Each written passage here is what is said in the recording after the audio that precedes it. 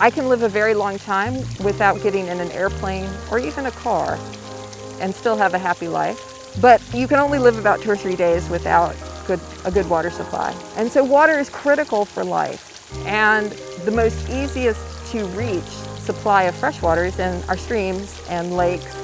And so it's really critical that we keep that water clean. And so the actual stream ecosystem plays a big role in cleaning the water and keeping the streams clean and free from pollution.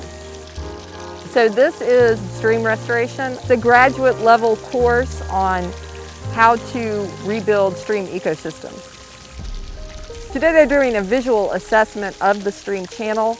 This is preliminary information that we gather before we do a stream restoration design to assess what are the underlying problems that the stream is experiencing, hint at some of the causes so that we know then moving forward what we need to address.